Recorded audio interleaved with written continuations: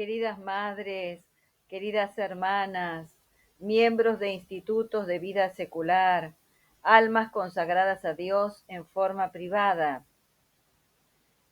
Queríamos hacer en esta oportunidad una profundización acerca de esta maravillosa vida en las colonias de ermitaños, que tanto se ajusta al progreso personal, al desarrollo de cada alma, en todos los aspectos, en el espiritual en primer lugar, pero también en lo natural, cómo permite el despliegue de lo que es propio de cada personalidad, tan valioso en Dios, porque recuerden que la santidad es personal, somos todas distintas, y así debe ser, porque está en el plan de Dios. Vamos a ver entonces, queríamos también hacer esto para que se entendiera un poquito mejor esta reticencia del movimiento anacorético, las colonias ermitañas, con respecto al surgimiento de la vida puramente cenobítica, comunitaria. Porque vamos a recordar que en estas colonias de ermitaños hay momentos de comunidad, pero son acotados justamente para eh, dar lugar a este desarrollo personal del espíritu y del aspecto de la propia personalidad.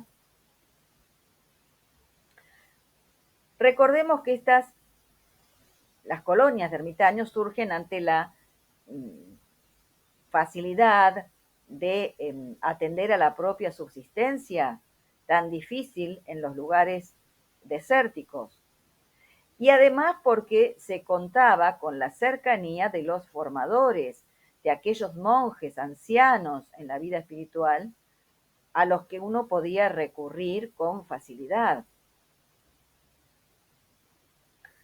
El oficio divino era rezado a medianoche y al atardecer, reunidos, ¿ven? La parte de vida comunitaria, en el rezo del oficio, reunidos por grupos en alguna de las cabañas vecinas. Y el resto del día, cada uno guardaba soledad en su propia celda, recuerden que eran pequeñas casitas, cabañas, y no tan pequeñas, porque vamos a volver al texto del monacato primitivo, donde nos detalla un poquito más acerca de estas cabañas, cómo eran. Por ejemplo, en el desierto de las celdas, decía, cada solitario disponía de 6 a 8 habitaciones, un recibidor, un taller, oratorio, dormitorio, cocina, pequeño almacén, un patio con un pozo, una huerta. En algunas de estas celdas, que así llamaban, había además 1 o 2 aposentos construidos en el patio y una celda cercana de 2 o 3 o 4 piezas, adosada a la principal y destinada probablemente al discípulo del anacoreta o a los discípulos del anacoreta. ¿Ven?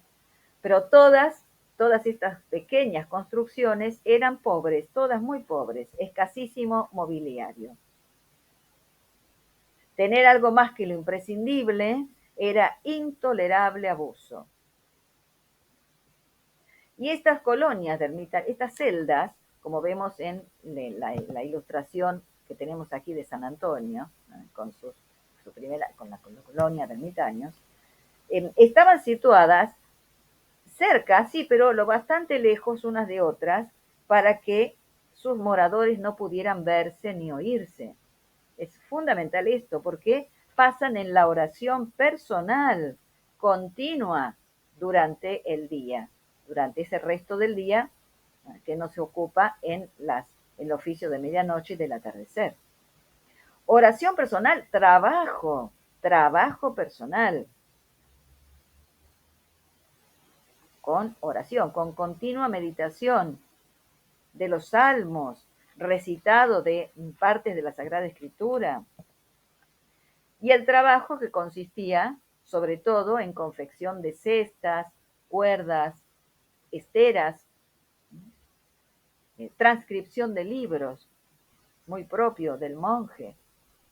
Y todas, lo decimos todas estas cosas, recuerden, para poder tener ejemplos, inspiración, para poder vivir nosotras hoy lo que nos toca. La permanencia en las celdas, es decir, en cada cabañita, importantísimo. Se salía lo menos posible. El monje debe permanecer en su celda. Ayuno diario, otra característica. Recordemos nosotros que el ayuno es una sola comida fuerte en el día. Lección divina, la aplicación a la lección divina, al estudio de la Sagrada Escritura, que va moldeando la mente y el corazón, sobre todo para llegar a la tan deseada pureza de corazón. Se reunían los domingos también para la misa dominical y para el almuerzo en común. Acá tenemos el ágape, es decir, otro momento de vida comunitaria, el ágape, después de la misa dominical. ¿En qué consistía este ágape? Había, por supuesto, recuperaban las fuerzas perdidas durante toda la semana con el trabajo y el ayuno diario. Consistía en pan, varios guisos de verduras y vino en cantidad moderada. Y este ágape servía para estrechar la caridad entre los ermitaños de una misma colonia. Y era hecho con toda seriedad, casi con una solemnidad, evitando cualquier frivolidad. También era aprovechado este momento de ágape y de misa dominical para entregar al ecónomo el resultado del fruto del propio trabajo, entregar al ecónomo de la colonia. Y este entonces podía distribuir lo necesario a cada uno, atendiendo sobre todo al que estuviese enfermo, la exquisita caridad con los enfermos siempre. Había también en estas colonias de ermitaños una biblioteca comunitaria, fundamental para poder aprovechar para el progreso de la inteligencia, del espíritu. Y atención, que esto es muy hermoso, se aprovechaba también este día tan solemne para las llamadas colaciones, que Casiano nos trae con tanta abundancia. Si bien son algunas ficticias, pero están inspiradas en la realidad de lo que sucedía. ¿Qué eran las colaciones?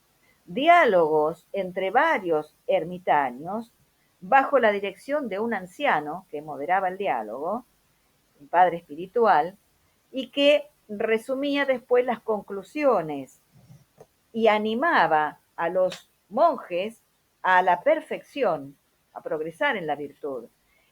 Y si los visitaban seglares, porque recordemos que propio del ermitaño era también que se lo pudiese ver y tratar. No hay que hacerse ideas de, aunque así lo había, algunos que estaban ya de toda la vida en el desierto más absoluto, pero lo más normal, lo más común, mejor dicho, era que incluso los seglares pudieran acercarse, visitar a algún ermitaño, pedirle consejo. Entonces, cuando había seglares, en estas colaciones, los invitaban a hacerse monjes. Directamente, muy bien. Así debe ser. Y muy importante entonces este tema de cómo había esos espacios de vida comunitaria. Pero fíjense que el resto de la jornada, el resto del día y de la semana, era muy importante, absolutamente propio y esencial el trabajo personal en la celda, en la pequeña cabaña, donde el monje puede tener esa intimidad con el Señor, ir creciendo espiritualmente y desarrollando su propia personalidad, la fortaleza que es necesaria en el desempeño del trabajo propio. Es muy, muy importante esto. Y vamos a recordar entonces nuevamente las apreciaciones que Isaac de Antioquía hacía acerca de los cenobios, del surgimiento de estos emprendimientos de vida comunitaria.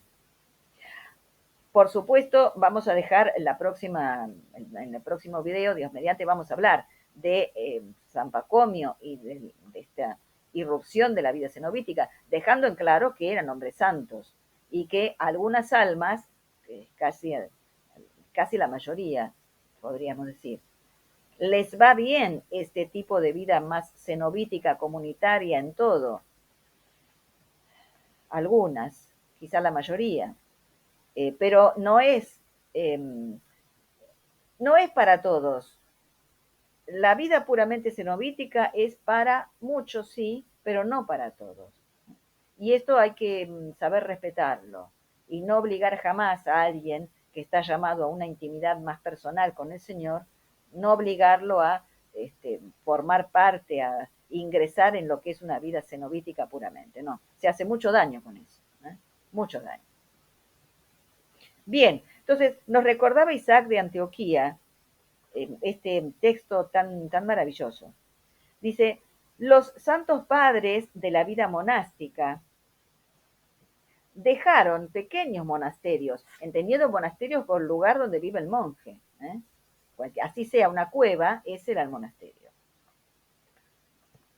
Los santos padres de la vida monástica, entonces, dejaron pequeños monasterios, pues acostumbraban edificar refugios temporales para el cuerpo, temporales. Les bastaba una simple morada, pues no se preocupaban de las cosas de la tierra. Todo el afán de su vida estaba dirigido a la morada del cielo. El fin propio del monje es el cielo y las cosas celestes. No debe importarnos nada más. Y aquí decía Isaac de Antioquía, mas sus delicados herederos descendieron de las alturas de sus primeros padres y se enredaron con las cosas del mundo. Es importante esto también. Cómo entienden esta irrupción de los cenobios, de lo que es puramente comunitario, como un descenso. Un descenso. Porque se enredan en las cosas del mundo. ¿Por qué? Y obviamente porque las comunidades numerosas requieren mucha aplicación a las cosas temporales. Aumento de edificios, ampliación de edificios, aumento de bienes temporales. Y esto va despertando apetencias en los monjes. Cuanto más se posee, más se desea poseer. Más riquezas, más tierras, más ganados. Y se va haciendo casi como indispensable para poder alimentar diariamente a una comunidad numerosa. Y los monjes se ven obligados a dedicar demasiado tiempo al trabajo y a embarazarse con los negocios del mundo, lo que es manifiestamente contrario a uno de los principios más esenciales de su profesión. Justamente. Claro, porque hay que preocuparse por producir, para sostener a la comunidad y después preocuparse de cómo colocar eso producido para que genere un ingreso. Y así las cosas uno se va perdiendo, la atención se desplaza de las cosas de Dios y de lo necesario, de lo mínimo necesario, de lo único necesario, a todas estas problemas mundanos. Por eso, seguía diciendo Isaac de Antioquía, los cenobios parecen palacios, claro, para lo que vivían ellos eran palacios, ¿no? Sus superiores, oficiales del ejército imperial. Esto es muy importante, lo vamos a ver en detalle en el próximo video, Dios mirante, pero fíjense ustedes cómo se va perdiendo, dice, la simplicidad evangélica y el trato personal, el conocimiento personal de cada uno de los discípulos. No es posible en una comunidad numerosa dedicar ese tiempo necesario al conocimiento personal, a la guía, al acompañamiento. Sí o sí se va haciendo todo más frío, más impersonal.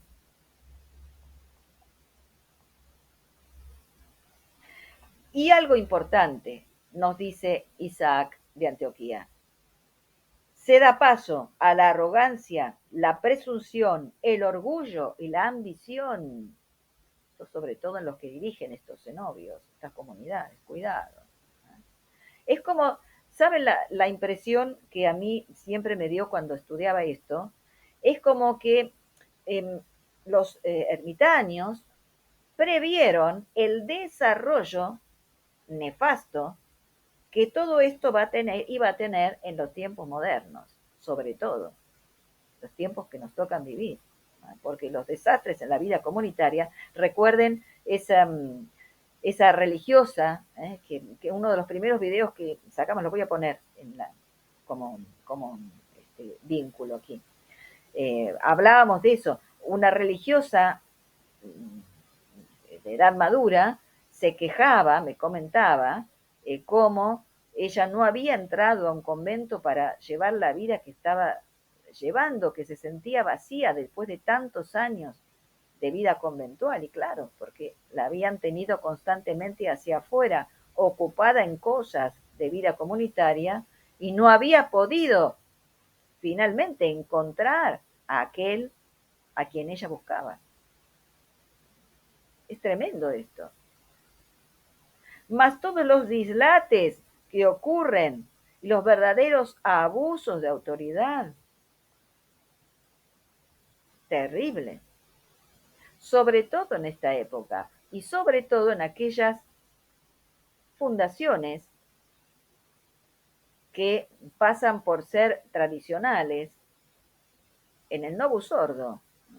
¿Cuántos de estos fundadores o fundadoras, también hay mujeres que en realidad dominan?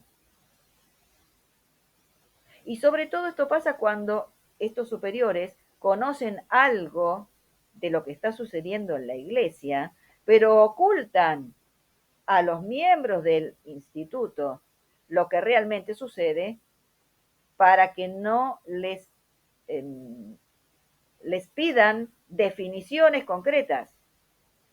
Entonces se guardan información, no forman, por lo tanto, como corresponde a esas almas que han ido confiadas a ese convento o ese instituto, les ocultan lo que saben. Y entonces hacen, digamos así, como una exageración del tema de la obediencia religiosa, justamente para que nadie piense de más, que no lleguen a saber lo que realmente está ocurriendo y no le pregunten y no le pidan definiciones que deberían tomar, a las que deberían llegar. Terrible, terrible esto. Vamos a volver sobre estos puntos en otras oportunidades. Pero hoy quería rescatar entonces esto tan precioso del abad Isaac. Lo he tomado esto del monacato primitivo de García Colombás. El que quiera lo puede ver en el texto. Pero es muy precioso para tenerlo como referencia para meditación.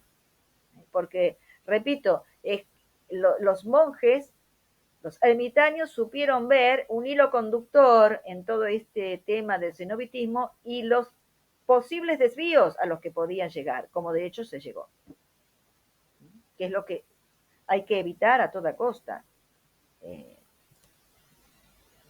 El alma, recuerden, el alma, la emoción primera del alma, cuando siente el llamado del Señor, es a unirse a Él, directo a Él, y eso uno busca la soledad, y esto no debe ser impedido,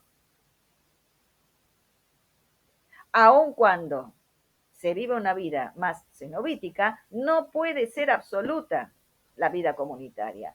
Tiene que tener esa dimensión de espacio de soledad, si no ahogan a las almas, las secan. Y otra cosa también, el infantilismo que se ve en muchas de estas vidas comunitarias es terrible porque no desarrolla la personalidad. Monjas que parecen nenitas. ¿Cómo es posible que una mujer cristiana, hablo de cristianas, mujeres cristianas que se casan y son capaces de llevar adelante una familia y aceptar todos los retos y todas las dificultades, las saben resolver? ¿Y cómo es posible que una monja sea tonta? Que dependa siempre de la superiora, del superior. ¿Cómo es posible? O sea, la falta del desarrollo de la personalidad es terrible, que no debe suceder. Y unas personalidades así, obviamente que no pueden tener una vida espiritual como corresponde. Entonces estamos siempre en una superficialidad, en una cosa infantil. Terrible, terrible. Por eso es muy valioso esto, hermanas. Vuelvan una y otra vez sobre estas apreciaciones que los ermitaños supieron hacer y recordemos siempre, nuestra vocación es ante todo para la soledad con el Señor. Sí, hay algunas que necesitan una compañía, vida más comunitaria, siempre tiene que estar resguardado esta dimensión personal, monástica, eremítica, si ustedes quieren. Si no caemos en justamente las cosas que estos santos ermitaños nos advirtieron, con toda razón. Que el Señor nos bendiga a todas. En el nombre del Padre, y del Hijo, y del Espíritu Santo. Amén.